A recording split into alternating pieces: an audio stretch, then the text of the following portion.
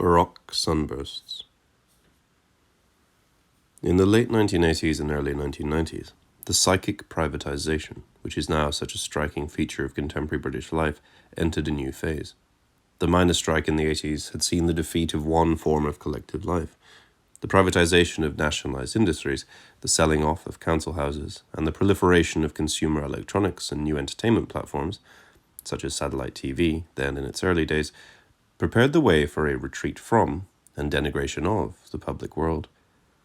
As the home became more connected, the space outside started to be abandoned, pathologized, and enclosed. It is in this context that we must see the Tory government's attack on Rave in the 1990s. The infamous Criminal Justice and Public Order Act of 1994 targeted squatting, hunt saboteuring, and unauthorized camping, as well as rave. At the time, the act looked arbitrary, draconian, and absurd. The regulation of partying, under legislation that relied on the ludicrously vague term repetitive beats, seemed like overreaching. Yet the act showed once more that authoritarianism has always been the supplement of neoliberalism's official emphasis on individual liberty. The founding event of neoliberalism was the savage crushing of Allende's democratic socialist administration in Chile. Throughout the 1980s, the Thatcher government had deployed authoritarian measures against the urban black population and against the organized working class. But why now pick on ravers, who might be disturbing the rural peace, but who weren't for the most part engaged in any kind of systematic dissent or rebellion? The campaign against rave might have been draconian, but it was not absurd or arbitrary. Very much to the contrary, the attack on rave was part of a systematic process, a process that had begun with the birth of capitalism itself. The aims of this process were essentially threefold: cultural exorcism, commercial purification, and mandatory individualization. Cultural exorcism. The exorcism was directed against what Herbert Marcuse called the spectre of a world which could be free, a spectre that music culture, especially in its collective and ecstatic modes, has always called up. The historic mission of the British bourgeoisie was the total elimination of this spectre, something it was as close to achieving by the beginning of the 21st century as any culture has ever been. Rave's association with the English countryside made it especially problematic. As Michael Perelman shows in The Invention of Capitalism, Classical Political Economy, and the Secret History of Primitive Accumulation, the rise of capitalism would not have been possible without the enclosure of the countryside. Although their standard of living may not have been particularly lavish, the people of pre-capitalistic Northern Europe, like most traditional people, enjoyed a great deal of free time. The common people maintained innumerable public holidays that punctuated the tempo of work. At least 1/3 of the year was devoted to leisure. For capitalism to become dominant, this leisure culture, and the set of expectations and habits that went with it, had to be eliminated. This entailed the brutal destruction of the peasantry's capacity for self-provisioning. In addition to violent dispossession, the bourgeoisie also propagated a dismal cult of work, which extolled the value of hard work while condemning any use of time not devoted to capital accumulation as profligate and morally degenerate. Rave's ecstatic festivals revived the use of time and land, which the bourgeoisie had forbidden and sought to bury. Yet, for all that it recalled those older festive rhythms, rave was evidently not some archaic revival. It was a spectre of post-capitalism more than of pre-capitalism. Rave culture grew out of the synthesis of new drugs, technology, and music culture. MDMA and acai-based electronic psychedelia generated a consciousness which saw no reason to accept that boring work was inevitable.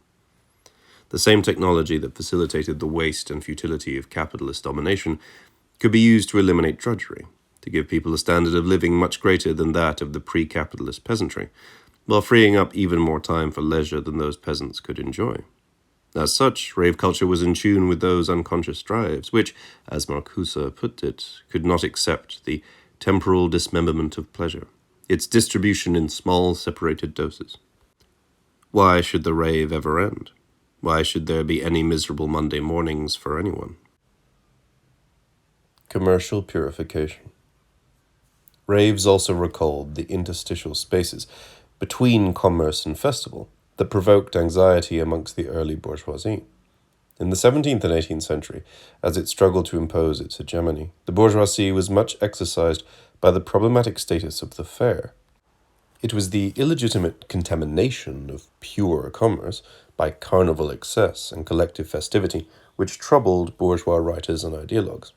The problem which they faced, however, was that commercial activity was always already tainted with festive elements. There was no pure commerce, free from collective energy.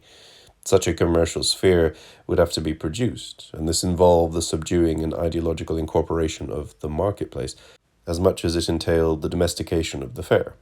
As Peter Stallybrass and Allon White pointed out in The Politics and Poetics of Transgression, the fair, like the marketplace, is neither pure nor outside. The fair is at the crossroads, situated at the intersection of economic and cultural forces, goods and travellers, commodities and commerce. The concept of the economy, as we now understand it, had to be invented, and this required the stabilization of the unsettling and unsettled figure of the fair. As the bourgeoisie laboured to produce the economic as a separate domain, partitioned off from its intimate and manifold interconnectedness with the festive calendar, so they laboured conceptually to reform the fair as either a rational commercial trading event or as a popular pleasure ground. Such a division was necessary in order that the bourgeoisie could make a clean and definitive distinction between morally improving toil and decadent leisure, the refusal of the temporal dismemberment of pleasure. Hence, although the bourgeois classes were frequently frightened by the threat of political subversion and moral license, they were perhaps more scandalized by the deep conceptual confusion entailed by the fair's mixing of work and pleasure, trade and play. The fair always carried the traces of the spectre of a world which could be free, threatening to rob commerce of the association with toil and capital accumulation that the bourgeoisie was trying to impose. This is why the carnival, the circus, the gypsy, the lumpen proletariat play a symbolic role in bourgeois culture out of all proportion to their actual social importance. The carnival, the gypsy, and the lumpen proletariat evoked forms of life and forms of commerce which were incompatible with the solitary labour of the lonely bourgeois subject and the world it projected. This is why they could not be tolerated. If other forms of life were possible, then, contrary to one of Mrs. Thatcher's most famous formulations, there were alternatives, after all. Mandatory individualization. Capitalist modernity was thus shaped by the always incomplete process of eliminating festive collectivity. It is possible, says the Foucault of Discipline and Punish, to read the impress of such collectivity in the very form that disciplinary institutions such as the factory, the school, and the hospital would assume. Behind the disciplinary mechanisms can be read the haunting memory of contagions, of the plague, of rebellions, crimes, vagabondage, desertions, people who appear and disappear, live and die in disorder. In this memory, which is also a fiction, a hypostition, plague, and festivity fuse. Both are imagined as spaces where the boundaries between bodies collapse, where faces and identities slip. A whole literary fiction of the festival grew up around plague, suspended laws, lifted prohibitions. The frenzy of passing time, bodies mingling together without respect, individuals unmasked, abandoning their statutory identity and the figure under which they had been recognized, allowing a quite different truth to appear.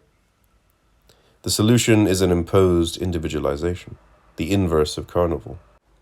Not the collective festival, but strict divisions. Not laws transgressed, but the penetration of regulation into even the smallest details of everyday life through the mediation of the complete hierarchy that assured the capillary functioning of power. Not masks that were put on and taken off, but the assignment to each individual of his true name, his true place, his true body, his true disease. The capitalist realism that took hold of the UK in the 1990s aimed to complete this project of mandatory individualization. Any remaining traces of collectivity were now to be extirpated. Such traces were to be found not only in raves, in traveller encampments and free parties, but also on the football terraces and in football fan culture, elements of which were, in any case, fusing with rave. The 1989 Hillsborough disaster was English football's equivalent of the shock doctrine analysed by Naomi Klein. The disaster, caused by the malicious incompetence of Thatcher's police, the notorious West Yorkshire Force, allowed an aggressive corporate takeover of English football. Terraces were closed down, and from now on each spectator was assigned an individual seat. At a stroke, a whole form of collective life was shut down. Modernisation of English football stadia was long overdue, but this was a neoliberal version of modernisation. which equated it with hyper-commodification, individualization, and corporatization. The crowd was decomposed into solitary consumers, and the rebranding of the top tier of English football as the Premiership and the selling off of television rights to Sky were harbingers of the hyped-up existential desolation of life in 21st century England. The lonely connectedness of smartphone addiction is a depressive, hedonic reversal of MDMA festivity. Sociality is supervised by multiple embedded corporate platforms. We become our faces, working 24/7 for communicative capitalism. The move to mandatory individualization was not, of course, immediately successful. The Criminal Justice Act provoked new forms of carnivalesque rebellion, most notably Reclaim the Streets. If the images of motorways blocked by ravers now seem to belong to a long-ago historical era that is tantalizingly distant, as impossibly far off in some ways as the countercultural 60s, then the waves of new political organisation that have passed through Greece, Spain, Scotland, and now, with the Jeremy Corbyn surge, even England, remind us that the project of mandatory individualisation can never be completed. At any point, collectivity can be rediscovered, reinvented. The spectre of a world that can be free has always to be stifled. It could flare up in any festivity that goes on too long, in any workplace or university occupation that refuses the necessity of drudgery, in any flourishing of a group consciousness that rejects the inevitability of competitive individualism. The sheer extent and intensity of the machinery that was necessary to shut down Rave is a testament to this. Individualism has to be enforced, surveilled, compelled. All of capital's, now flailing and conspicuously exhausted, inventiveness is dedicated to this compulsion. From time to time, writes Frederick Jameson in Valences of the Dialectic, like a diseased eyeball in which disturbing flashes of light are perceived, or like those Baroque sunbursts in which rays from another world suddenly break into this one, we are reminded that utopia exists and that other systems, other spaces, are still possible. The psychedelic imagery seems especially apposite for the energy flash of Rave, which now seems like a memory bleeding through from a mind that is not ours. In fact, the memories come from ourselves as we once were, a group consciousness that waits in the virtual future, not only in the actual past. So it is perhaps better to see the other possibilities that these Baroque sunbursts illuminate, not as some distant utopia, but as a carnival that is achingly proximate, a spectre haunting even, especially, the most miserably desocialized spaces.